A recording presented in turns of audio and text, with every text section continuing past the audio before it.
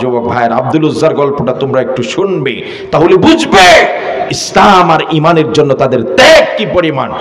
আব্দুল উজ্জার বাবা নাই, এতিম ছেলে, লালন পালন হচ্ছে চাচার কাছে। চাচায় তাকে খাওয়ায়, লেখা পড়ায়, সব করে, সম্পত্তি সব চাচার দখলে। আব্দুল উজ্জা ছোট্ট।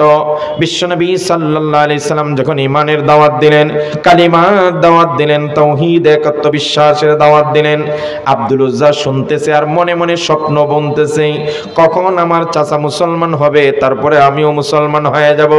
কারণ আমি ছোট্ট মানুষ, এখন যদি চাচার কথা না শুনে চাচাকে ওয়েট করে যদি আমি ইমানদার হই, মুসলমান হই, তাহলে তো বিপদ আসবে। আমার তো কিছুই নাই, চাচাই খাওয়ায়, চাচাই পড়ায়, চাচাই লেখায়। এবার আব্দুল উজ্জা শুধু অপেক্ষা করে কখন চাচা মুসলমান হয়ে যাবে। যখন আব্দুল উজ্জা আস্তে আস্তে দেখলো চাচা মুসলমান হচ্ছে না, তার ভিতরে সেই অন্তর জ্বালার শেষ করতে পারছে না, এইটাকে আর কন্ট্রোল করতে পারছে না। একদিন চাচার কাছে গিয়ে বলে, চাচা যদি অনুমতি দেন একটা কথা বলবো। চাচা জিজ্ঞেস করলো কি কথা? চাচা, মক্কাতে নতুন একজন নবী আসছে শুনছেন? কহ শুনছি তো, মুহাম্মদ ইবনে আব্দুল্লাহ, আব্দুল্লাহর বেটা মুহাম্মদ। কহ। চাচা, উনি যে ধর্ম প্রচার করে, এক আল্লাহর প্রচার করে, একত্ববাদের প্রচার করছে, আপনার এই ব্যাপারে মন্তব্য কি?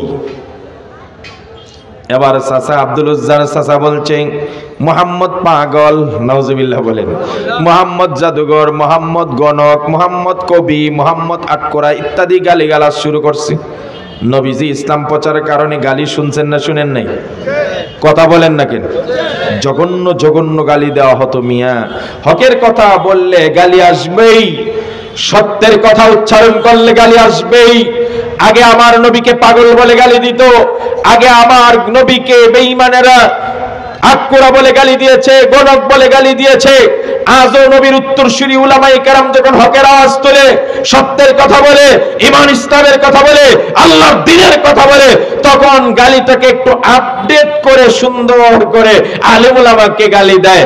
আগের গালি যদি এখন দেয় তাহলে তো এটা চলে না। কথা কয় না কার? আগের সব জিনিস অ্যানালগ ছিল না, এখন কি হয়েছে? ডিজিটাল। কথা কয় না? তাহলে আগে নবী যে গালি দিত এটা তো অ্যানালগ গালি, ওই গালি কি এখন চলে নাকি? এই জন্য গালি গালি ঠিকই আছে, নবীকেও গালি দিত, কিন্তু গালিটারে খালি ডিজিটাল করছে। কথা কয় না? আগে নবীকে বলতো পাগল, আটকোরা, কবি, সাহিত্যিক, গণক ইত্যাদি, আর এখন আলেম উলামাকে গালি দেয় মৌলবাদ, জঙ্গিবাদ, উগ্রবাদ বলে কথা বলে, ঠিক কিনা? এই মৌলবাদ গালি এদের কিছু অস্ত্র। মৌলবাদ বলে মানুষকে আতঙ্কিত করা, যে হুজুররা মৌলবাদ, এরা থেকে সাবধান, নিরাপদ দূরত্বে বজায় রাখো। এই সমস্ত থিওরি, এই সমস্ত টার্ম কার্ড, এগুলো পুরান হয়ে গেছে মেয়ে। এগুলা মানুষ শুনতে শুনতে শুনতে শুনতে পুরাতন হয়ে গেছে। নতুন কিছু থাকলে ডেলিভারি দেন। কথা কন ঠিক কিনা? মৌলবাদ বলার দরকার কি? মূলবাদ মানে কি? যার মূল আছে। কথা কন ঠিক কিনা? এই মুসলমানদের মূল আছে না নাই? আর যারা মূল নাই এরা হইল আগাবাদী। কথা কন ঠিক কিনা? যাদের মূল আছে, আমাদের মূলে আছে আল্লাহ, মূলে আছে রাসূলুল্লাহ, আমাদের মূলে গেঁথে আছে ঈমান। এই দেশের শিকড়ে গেঁথে আছে শাহজালালের বীজ, এই দেশের শিকড় গেঁথেছে ঈমান দিয়া ইখতিয়ারউদ্দিন মুহাম্মদ বিন বখতিয়ার খলজি। এই দেশে 360 আউলিয়া ঈমানের চারা রোপণ করেছে। সাহাবী সাদ ইবনে আবি ওয়াক্কাস চীনে সফর করার সময় ইতিহাস লেখে চট্টগ্রাম বিমানবন্দরে ঈমানের বীজ বপন করে গেছেন। সুতরাং সাহাবীর ওই দেশের আগমন হয়েছে, তা আপনার এই দেশের মূলে তো ঈমান আছে। আমরা তো মূল ধরে আছি। কথা কন ঠিক কিনা?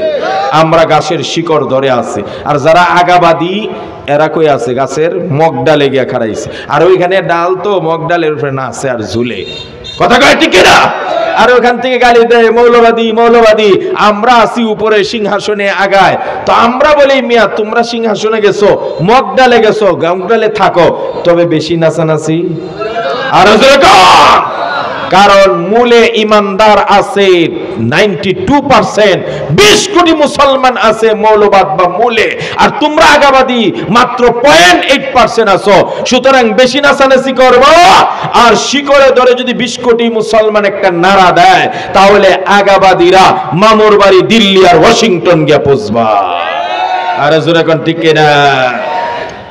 আব্দুল উজ্জা তার চাচার কাছে জিজ্ঞেস করছে, খেয়াল করে শুনেন, চাচা আপনি কি বলেন মুহাম্মাদের ইসলাম সম্পর্কে? এবার আব্দুল উজ্জা চাচা বলছেন, ভাতিজা মুহাম্মদ একটা পাগল, তার কাছে যাওয়া যাবে না, সে ভ্রান্ত একটা ধর্ম প্রচার করে।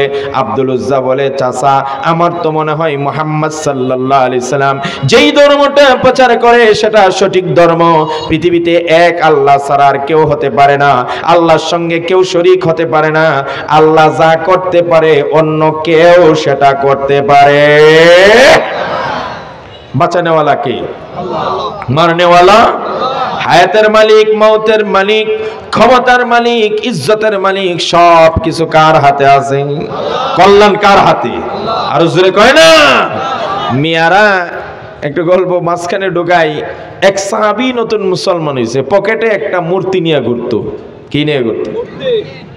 বিধর্মী ভাই যারা আছে আপনাদেরকে আঘাত দেওয়ার জন্য বলি নাই, যদি কষ্ট পান আগের থেকেই মাপ চেয়ে নিচ্ছি, তো জাস্ট উদাহরণের জন্য বলছি। এটাও তো ইসলাম প্রচারের অংশ। বিধর্মী ভাইদের আমাদের ইসলামের সৌন্দর্য তুলে ধরতে হবে না? এবার ওই ভাইটা একটা মূর্তি নিয়ে ঘুরতো পকেটে। তো সাহাবায়ে কেরাম কইতো, কি রে মুসলমান হইছে কিন্তু মূর্তি নিয়ে ঘুরে? নবীজি বললেন, হুজুর এই সাহাবী তো নতুন মুসলমান হইছে, মূর্তি নিয়ে ঘুরে।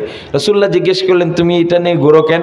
কয়, হুজুর এটা আমার খোদা, এটারে আমি সাথে রাখি আমারে পাহারাদারি করতে, আমারে যেন সব বিপদ আপদ থেকে বাঁচায়। এটা আমার কি সিকিউরিটি। কথা কয় না কা? সিকিউরিটি। রাসূলুল্লাহ সাল্লাল্লাহু আলাইহি ওয়াসাল্লাম চিন্তা করলেন, এখনই যদি তাকে বলি এটাকে ফেলে দাও তাহলে মনে কষ্ট পাই, বাবার যদি কয় না তাইলে আমি যাবো না, আমার খোদারে বাদ দিতে কোনকে। এই জন্য রাসূল সাহাবীদেরকে বললেন, ওয়েট অ্যান্ড সি, ঠিক আছে তার অবস্থার উপর তারে ছেড়ে দাও, সেই নিজেই বুঝবে তার সিকিউরিটির হালত কি। এবার কিছুদিন গেছে, সে তার এটারে নিয়েই সব কাজ করে। হঠাৎ একদিন রাসূলুল্লাহর দরবারে আসলেন, দেখা যায় সিকিউরিটি গার্ড। কথা কয় না কা? নাই, খোদা নাই। নবীজি জিজ্ঞেস করলেন, যুবক তোমার সিকিউরিটি যিনি দিবেন সেই খোদা কোথায়? হুজুর কয়েন না, হেতিরে ফেলে দিছি। কে? ঘটনা হলো হুজুর তারে তো রাখছি আমার এবার চাইতে বিপদ আপদ থেকে, সকল অনিষ্ট থেকে সে আমাকে রক্ষা করবে, সে আমার সিকিউরিটি।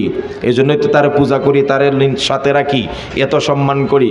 কিন্তু আজকে আমি এক জায়গায় খোদারে নিয়ে রওনা হয়েছিলাম, রাস্তায় আমার প্রস্রাবের হাজত হয়েছে, তো চিন্তা করলাম খোদাকে নিয়ে তো প্রস্রাবে বসা যায় না, এটা তো বেয়াদবি। কথা কোন ঠিক না? এই জন্য আমি খোদাকে দূরত্ব রেখে আমি দূরে গিয়া প্রস্রাবে বসছি। প্রস্রাব শেষ করার পরে ইয়া রাসূলুল্লাহ, হাবিবাল্লাহ, আমি আসলাম, ব্যাক করে এসে দেখি খোদার গায়ে পানি দিয়া ধুয়ে কে যেন পরিষ্কার করে সুন্দর করে রেখে দিয়েছে। হ্যাঁ, একেবারে স্বচ্ছ, ময়লা জলে কিছুই নাই, পানি দিয়ে খুব পরিষ্কার হয়ে আছে। আমি মনে মনে ভাবলাম খোদা তো হয়তো রহমতের কোনো পানি টানি দিয়ে নিজে ফ্রেশ করছে, রিফ্রেশ। তো আমি মনে মনে খুশি, যাক আরো ভালো। কাছে যাইতে যখন খোদাকে হাতে নিলাম, দেখি একটু একটু গন্ধ আসতেছে, বুঝতে পারলাম না। নাকের কাছে নিয়ে দেখি হুজুর বক বকা প্রস্রাবের গন্ধ। ব্যাপার কি রে, খোদার গায়ে প্রস্রাব আসলো কোত্থেকে? এবার চেয়ে দেখি একটা কুকুর দূরে, একটু দূরে যাইতেছে আর ঝাড়তেছে। কুকুর দেখে না প্রস্রাব করে ঝাড়তে ঝাড়তে যায়। হুজুর আমার বুঝতে বাকি নাই, আমি যখন প্রস্রাব করতে বসেছিলাম আমার এই খোদার উপর কুকুর প্রস্রাব করে দিয়েছে। তখন আমার মাইন্ডে একটা কথা কাজ করলো, যেই খোদারে রাখছি আমাকে বিপদ আপদ থেকে বাঁচানোর জন্যে, সেই খোদা যদি নিজেকেই কুকুরের প্রস্রাব থেকে সেভ না করতে পারে তাহলে আমাকে সে সিকিউরিটি দিবে কেমনে? এই জন্য সাথে সাথে খোদারে আমি ঢিল দিয়ে ফেলে দিয়েছি। মুসলমান ভাইয়ার আমার, এই কথাটাই আমি আপনাদেরকে বুঝাইতে চাইছিলাম। ইমানটাকে আপনি স্বচ্ছ করুন, ইমানটাকে স্বচ্ছ করুন, ইমানের মূল্য দিন। সাহাবায়ে কেরাম ইমানের মূল্য চুকিয়েছেন, কিন্তু আমরা ইমানের মূল্য চুকাই নাই। ইমান আনার অপরাধে আমাদেরকে একদিনও জেল কাটতে হয় নাই, এক ওয়াক্ত উপবাস থাকতে হয় নাই, মাইর খাইতে হয় নাই, জাল জুলুমের নির্যাতন সহ্য করতে হয় নাই। যেই কারণে আমরা সস্তা মুসলমানরা ইমানের কোনো কদর নাই, ইমানের কোনো দাম নাই, ইমানের কোনো ইজ্জত আমাদের কাছে নাই। কথা বলেন ঠিক কিনা? আরো জোরে বলেন ঠিক কিনা? আমরা শুধুমাত্র দেখা দেখি মুসলমান, আর কিছু বলি আমরা মুখে মুখে জল্পনা করি। হুজুর চলে আসছেন, আমি 2-1 মিনিটের ভিতরে আমার মূল কথাটা বলে শেষ করছি। আমি একটা ছোট্ট একটা গল্প পড়ছিলাম, আমাদের হালতটা বুঝাই আমি শেষ। হালতটা হলো আমাদের এমন, এক হুজুরের কাছে কিছু ছাত্র পড়তো। হুজুর আবার কিছু পাখি পালতেন। কি পালতেন? পাখি। তো পাখিগুলারে হুজুরে শিক্ষা দিচ্ছেন একটা স্লোগান। কি স্লোগান? কথা শুনেন ভালো করে। একটা স্লোগান শিক্ষা দিছে, শিকারি আয়েগা দানা বিছায়েগা জাল भी बिछाएगा ফাঁদ মে नहीं पड़ेगा। মানে শিকারি আসবে তোমাদের কাছে, দানা ছিটাইব, জাল পাতবো, তোমরা সাবধান এই জালের ভিতরে কি হয় না, ফান্দে পড়ো না। এটা তোমরা সবসময় গুনগুনায় গাইবাই যখনই কোনো শিকারি দেখো। এখন পাখিরা যখনই কোনো শিকারি আসে তখন গুনগুনায় এই গান গায় যে শিকারি আসবে, দানা বিছাইবে, জাল পাতবে, ফাঁদের মধ্যে পা দিবেও না।